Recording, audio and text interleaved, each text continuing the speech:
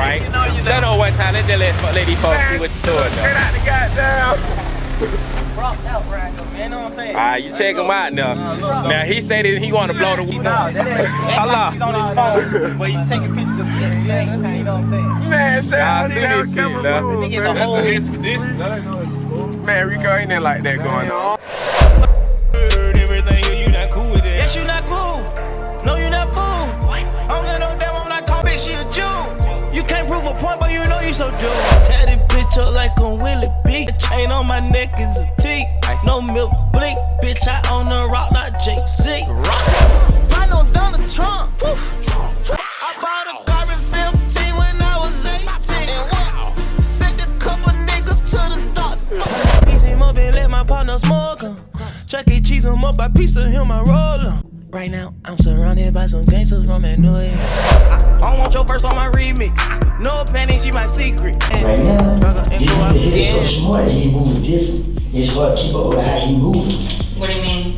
So he not moving how he used to move. He moved different. But he want these niggas so bad that he's back reckless. Yo, what it is, people, we is back. Another day on Keep It G News. And then y'all want to elaborate a little bit more on the situation or on a topic we talked about a few days ago, man. And I made a bold claim. And I want to take y'all into my thinking and why I said this. And basically what I said is, the way Young Thug was moving, he could have got himself in some serious trouble. And this RICO might have saved him. Straight up. Because the way he was orchestrating his business with his guys, the rest of the YSL members, I think that it created a very dangerous situation. So in this video, I want to take y'all to court. But before I go to court, make sure we subscribe to the channel, man. Like, comment, share the video. But I want to take y'all to court so y'all can listen to two guys' testimony. YSL Tick, and I think his name is Slug as well, and Walter Murphy. I want y'all to pay attention to what was being asked and how they answered these questions. I also want y'all to pay attention to the body language, because the body language is important. You feel me? Because I think what most people, even I did, when I first diagnosed their testimony, I'm like, man, them boys lying. They just saying anything. But now, and it's after I heard this video recording that I'm going to play after y'all listen to, which I already listened to. But now, I feel different. I think these guys was telling the absolute truth about Young Thug and YSL the whole time in court. You understand? I'm talking about the whole time. Every question that was asked, I think they actually told the truth. And I was one of them guys that was wondering, why is all these guys testifying on Thug? Because that's not something you typically see. Not somebody that's a millionaire. You don't typically see a millionaire that's supposed to be a head of a gang, which I think is fugazi, because I don't think Young Thug's the head of anything. But somebody that's a millionaire that's supposed to be a head of a gang, him and his whole gang get indicted. And we talking about multi-millionaire. We ain't talking about street level dealer. We ain't talking about a couple 100,000. We talking about millions. But when they get indicted, the first sign of a deal, 95% of the guys took it. Even Young Thug brother took the deal. So in this video, I think I understand why, and I want to help y'all understand why these guys actually took these deals. As you all continued your relationship and your friendship, did you grow your relationship with any of his other family members? His mom, his dad, any of his siblings? Yeah. Okay. My mama called him son, his mama called me son. What is your current relationship with Mr. Williams? I don't have a relationship with him. When did that relationship cease? It never ceased. It's just I went to prison. And while you were in prison, you did not maintain your relationship or friendship? When you're in prison, you don't retain no relationship. All that in. And since you got out of prison, did you not rekindle your friendship when you got out of prison? I had more important relationships to worry about than friends.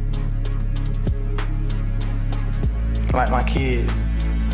Jeffrey Williams, from early life, he was not on Cleveland Avenue much, was he? Nah, not early. He separated from Cleveland Avenue because he was working, right? I don't know what the reason was, but yeah, he went there. And he was working at the same craft that he does today. He's a performer, right? Yeah. And you knew that eventually he had homes, various homes, right? I know. You never knew he had homes in California? Oh, I know now, but yeah. Okay. And you weren't with him, right? Yeah. He didn't put you on the lease, right? No. He didn't take you with him, right? Right. He didn't pay for you to get out of Cleveland Avenue, right? Right. In fact, he didn't do that for anybody there that you grew up with, right? I know about me. Okay, we'll talk about you. But Jeffrey would encourage you, isn't it true? And gave you opportunities to have a job with him if you wanted it, right? He encouraged me to start selling drugs. One more time? I said he would encourage me to start selling drugs. Yeah, he wanted you to stop committing crime, right? Tell the jury. Yeah. And he offered you jobs like you can carry bags for the group when they tour, right? Tell the jury. Yeah. And he gave you opportunities to try, I'm not saying it's for everybody, but try to perform rap music in the studio, right? Yes. He gave you opportunities, if you wanted it, to possibly try to organize, because they do a lot of packing up the equipment and the luggage, right? And pack for people, right? It was an opportunity for me, man. But you wanted the instant money like a theft, right?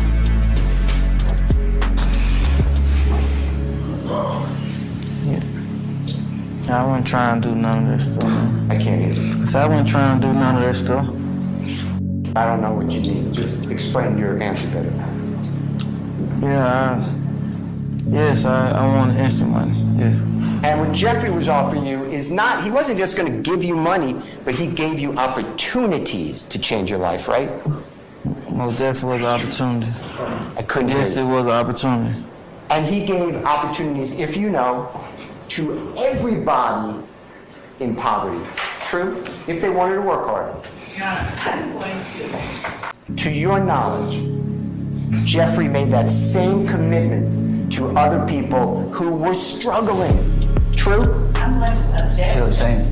Record, company, music to other people. If you know. I stand the objection. Mr. Stevens.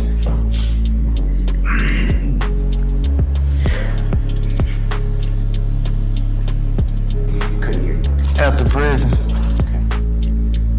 And you don't do drugs now, do you? No. And when you went to prison, that's different than the jail. That's different than Fulton County Jail, right? Yes. And prison is horrible too, isn't it? Yes. You're away from your kids, right? Yes. Yes. And when you've been in prison before, You can come see me. I can't hear you. None. So according to the prosecution, you're business partners, right? That's what they're saying. You're co-founders. You really didn't co-found anything with Jeffrey. Isn't it true? He went one direction, you stayed with another. Isn't that true?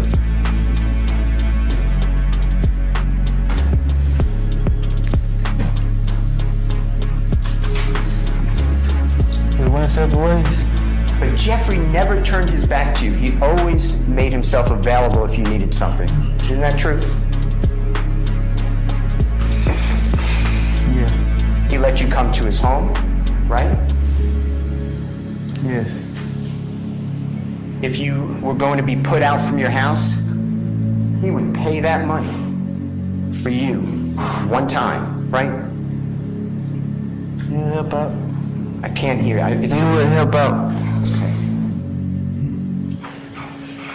But most importantly, he wanted you not to live a life of crime. Isn't that true? Yes. Who is the jury looking at? Where my pointer is, who has on the light gray hoodie? Quindare Zachary. Now, do you get money from that song? No. Do you get paid by YSL Enterprises? No.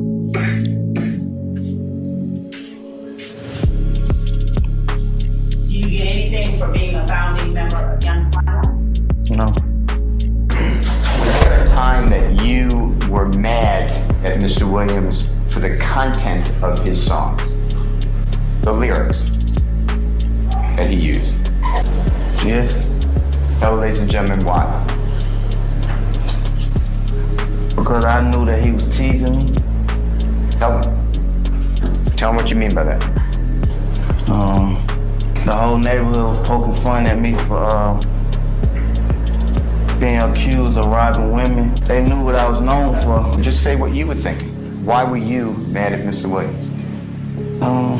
For even putting that in the song, knowing that it was false. And did Mr. Williams, were you also mad at him because you believed in other lyrics he was describing things that you did, but taking credit for it? Yeah. And why did that bother you? Mr. Stevens, why did it bother you? Why were you mad at Mr. Williams for using lyrics about your life as if he did? I felt the way. I felt a certain type of way. I had a feeling about it. Instead of saying you felt a certain type of way, can you be more specific with that, Mr. Stevens? Why you were mad at Mr. Williams? Statement number 9. Defendant is the person referred to as Tick in the song by Young Thug entitled You, in the verse She Getting Robbed by Tick. If you were one of the founding members, why would you just refer to the record label as his record label? Because on paper, it's his record label. The groundwork is his. That's something he built. Just start bringing me the money, really? Yeah. Talking about paying the rent and you guys can pay him back? Yeah. So, no. Okay. You're basically saying,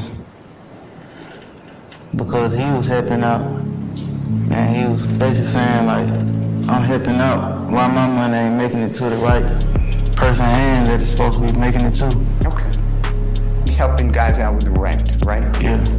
What does that have to do with, you see overt act number 127 in your indictment?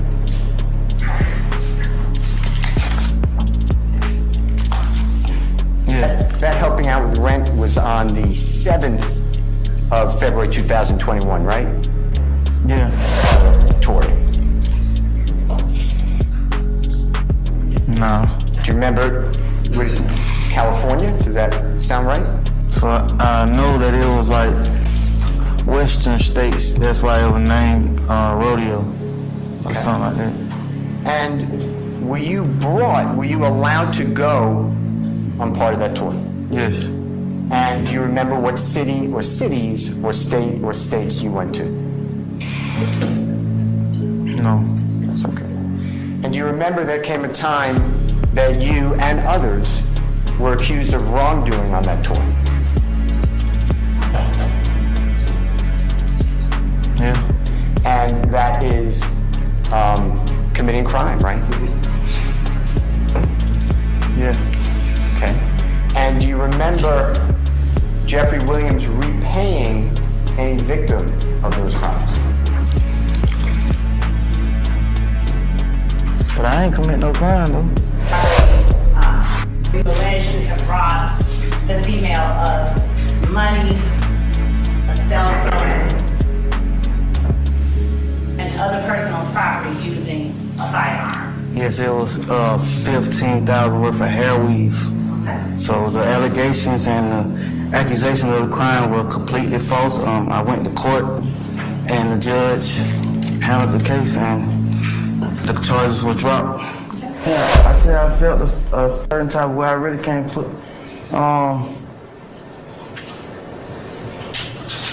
say probably jealousy. I felt, yeah, probably jealousy because, I know it was something I could have been rapping about and potentially making money of it. So what was most important about what was asked and what was answered is they was being truthful, like I said in the beginning. They asked Walter Murphy, when he got locked up, did he hear from Thug? He said no. When he came home, did he hear from him? He also said no. Similar situation with Tick. And it's like every time they get in trouble, Thug is a no call, no show. He ain't even got money for him. He ain't buying lawyers. He ain't doing none of that. Not saying that he never did. You know, he probably have before. And I'm also not saying that these guys is right because for the most part, I think they hate him. You understand? But what I want y'all to understand when y'all listen to this next clip is the reason I'm saying this is because this creates a YSL RICO. This is why Young Thug is on trial fighting for his life, even though I don't think he has anything to do with these crimes or YSL. You understand? The street gang. I ain't talking about the label. I don't think Thug have anything to do with YSL. I don't think Thug was dealing with YSL for a very long time. And if you listen to the questioning that what's the lawyer name? Brian Steele had for Tick when he asked him about when he took him out on the show and they got in trouble. You see how Tick responded? Well, I didn't do nothing. It seemed like to me, and I could be wrong, but it seemed like to me that's when Thug separated himself from all those guys. He had to kick out some money. Those guys may have did something on tour or at one of them cities, and Thug had to pay for it. I think that was the last straw to when Young Thug decided, yo, I got to separate from these guys. I'm not rocking with them. But the thing is, he didn't separate enough because what they was being questioned about was things that was going on in 2015 and things like that. And then you heard about a text message thread or Instagram thread where they was texting back and forth about rent money. And Thug was going to spend $500 for those guys' rent. And you heard Tick be asked about that, you know. Brian Steele asked Tick, yo, like, how much, wasn't Thug going to pay for the bills? You notice Tick said he was going to help out. Like, I ain't pay for the bills. No, I ain't paying for no bills. And not saying that he got to. But what I'm saying is, if you don't separate, if you got these type of guys around you, because it's obvious to me, and I hope it is to y'all at this point, that Young Thug was using them guys for their muscle. It was a lot of using going on. Young Thug was using YSL, the gang, for their muscle, for their influence, for their fear that they struck people. And they was using Thug for trips. You understand?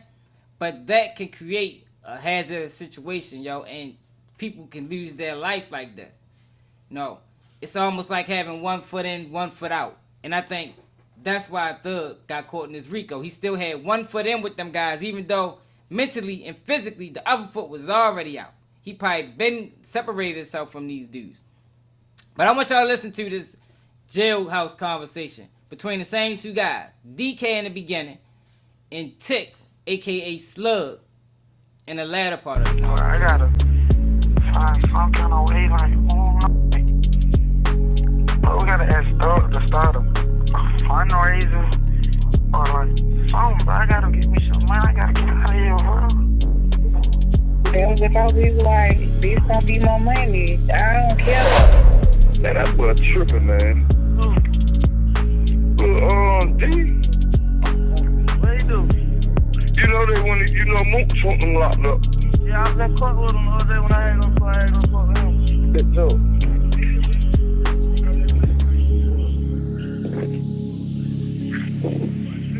Yeah, his ass locked up. Oh,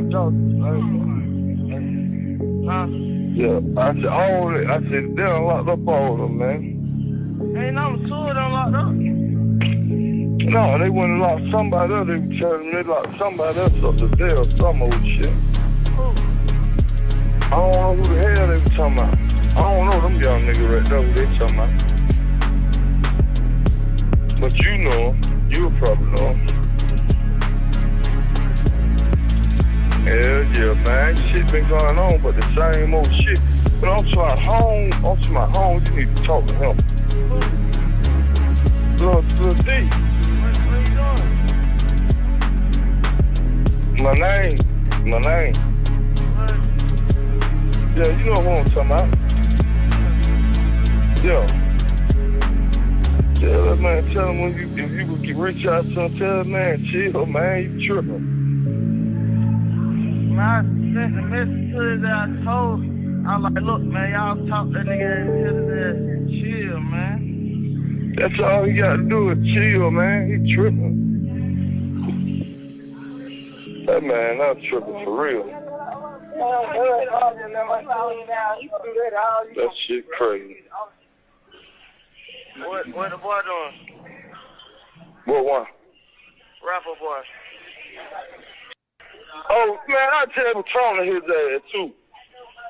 I just talked to his ass. He ain't talking about shit. He ain't talking about nothing, man. Jay finna go out of town or some old shit. You ain't trying to give me no lawyer, man? Man, hell no. Hell no. That shit, man, I don't even know why you even think he gonna goddamn. Man, that man ain't. Well, if he is, he doing that secret, I don't know. So don't let me say he ain't tell me nothing about getting down. He ain't say shit about that. I ain't gonna lie. He ain't got to ask a nigga for nothing. Motherfucker. Now, when I was telling that boy, he ain't talking about shit. You have 1 minute left. The rapper dude ain't talking about nothing, man. That boy name, man, what they call him. That boy name Rapper Boy. That's what I just said. That rapper boy, he ain't talking about shit. And I hate that shit every time you get fucked up. That nigga can't do shit for you. I hate that shit, man. That's some sucker shit, though. Yeah, damn right it is. So in 2015, I think that's when these 2015 and 2016 is when these conversations happened. I think they may have been both 2015. And Walter Murphy asked his girlfriend to reach out to Thug because he needed some money. But he said that he needed Thug to do a fundraiser, y'all. Think about that. Now, I know 2015 Thug ain't have the money that he got now, but a fundraiser, which means that asking him to pay for all of anything was already out the question. I'm not saying that he have to pay. Y'all got to understand. I'm just trying to get y'all to understand what's going on. Not saying that he has to do anything. Those guys are grown men. They responsible for their own actions. But what I'm trying to get y'all to understand is if you're not fully invested in the streets, don't be invested at all. Because that's why Thug is on trial right now. Because he was halfway in, halfway out. And in those type of situations, typically when you the boss and you got people under you, especially if they're committing crimes. You understand? If they committing crimes, you would think that shit, this my man, I'm going to pay for it all. Now, Thug may have did it one time, but it probably got too many. You know, we deal with the streets. Niggas go to jail a lot. So he decided to back up off of it, but he didn't back up far enough. That's what I want y'all to understand. He didn't back up far enough to where he didn't find himself involved in the RICO. And then you got the Tick conversation. I don't know who Tick or Slug was talking to, but he referred to Thug as the rapper boy. Now, most people would think he would said that, to disguise his name, but no. If you listen to the tone of his voice, he said that to be disrespectful. He said that because he didn't respect Thug, and that was in 2015. Now we can go back to 2021 when they having that text message thread. They're still around each other. You understand? They still deal with each other on some level or some degree. And that's what I mean by he didn't separate himself enough because the love wasn't there. You had two groups of guys using each other. And then later on in the conversation, Tick laughed about him being called the rapper boy. And then a guy on the phone say, yo, I'm tired of him doing this to y'all. I hate the fact that he do this to y'all. Yo, that is very important. That shows a pattern. That shows a pattern to when every time these guys get in trouble, Thug ain't got nothing for him. And he probably shouldn't have nothing for him. But if you're not going to have nothing for him, don't deal with him on no capacity, on no level. You follow me? So when you got these YSL guys and these plea bargains and everybody taking pleas, it now makes sense to you. Because it wasn't no loyalty there. It was two groups of people or a group of people and Young Thug using each other. Thug using them for their muscle, like I said, and them using Thug for trips or, you know, just to be around starting. But what I want people to understand is, and the reason why I say that, if Thug didn't get tried on these RICO charges, Thug might have got hurt, because that creates a hazardous situation. You heard Tick talked about how he was jealous of Thug because Thug used his name in a rap. And he used it in a way that he didn't like, because the whole perception of Tick robbing females was out of order. And he also accused Thug of rapping his life, y'all. Rapping his life. He felt disrespected. He felt angry. And y'all heard he said he was jealous. Jealous, y'all. Thug was around a lot of people that was jealous. But what I want y'all to understand is the jealousy was created by Thug himself, because he was halfway in. You understand?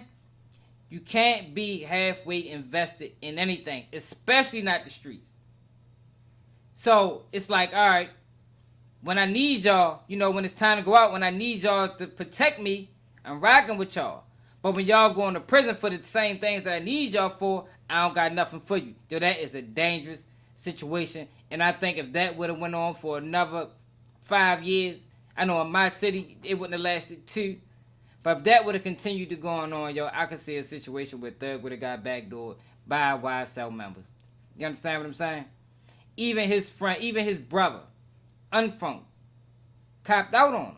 Took the deal. A gang expert told the court Greer continuously returned to this BP gas station, which is known for YSL gang, drug, and assault activity. There was a firearm that was in the door panel.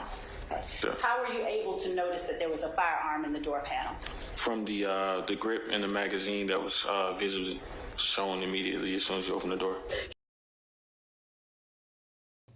Then got locked back up. Why? Because he was in Cleveland Avenue. Yeah, he was riding a G-Wagon, but if you listen to the news and what they say about the area, they say this is an area where there's known YSL members to sell drugs. And if you know about patterns and you know about the streets, you can see that he was doing something that he shouldn't have had no business doing, riding around in a G-Wagon, sitting at the gas station all day. Why does he have to live like that when Young Thug is his brother and Young Thug got the bag? And it's like, yo, he could have found some jobs for them. And some people might say, well, shit, he did, you know. He wanted them to carry bags and, you know, break down music equipment. But, yo, a lot of times, yo, and I'm going to keep it real, I'm not saying they shouldn't have did it, you know, because if you rocking, you supposed to rock all the way. But some people can feel like, yo, that's a flunky job. Like, are you trying to treat me like I'm less?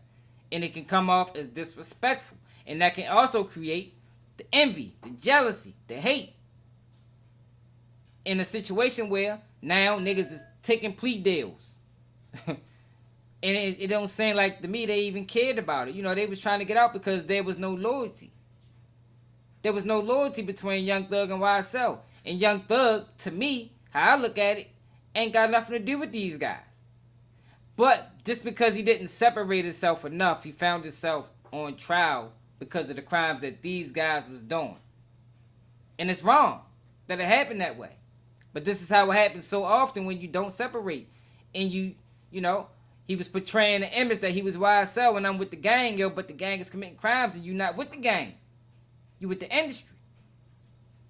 But let me know how y'all feel about this in the comments. Do y'all understand what I mean, yo, about this situation, yo? There's no way you can be 1 foot in and 1 foot out. And that's what Thug was doing. And that's why he's in this situation.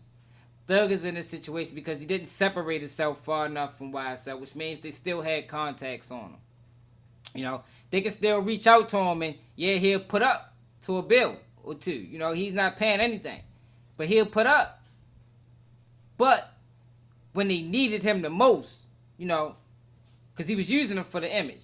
I think we can understand that. He was using them because those guys was really outside committing crimes. But when they got in prison or in jail for the crimes that Thug was using them for, they ain't had nothing for him. You understand? Let me know in the comments, man. It's another day of Keep It G News. Nigga can't do what I do, y'all niggas can't copy me. Let's keep shit G. Let's keep shit G. Let's keep the shit G. Let's keep shit G. Let's keep shit G.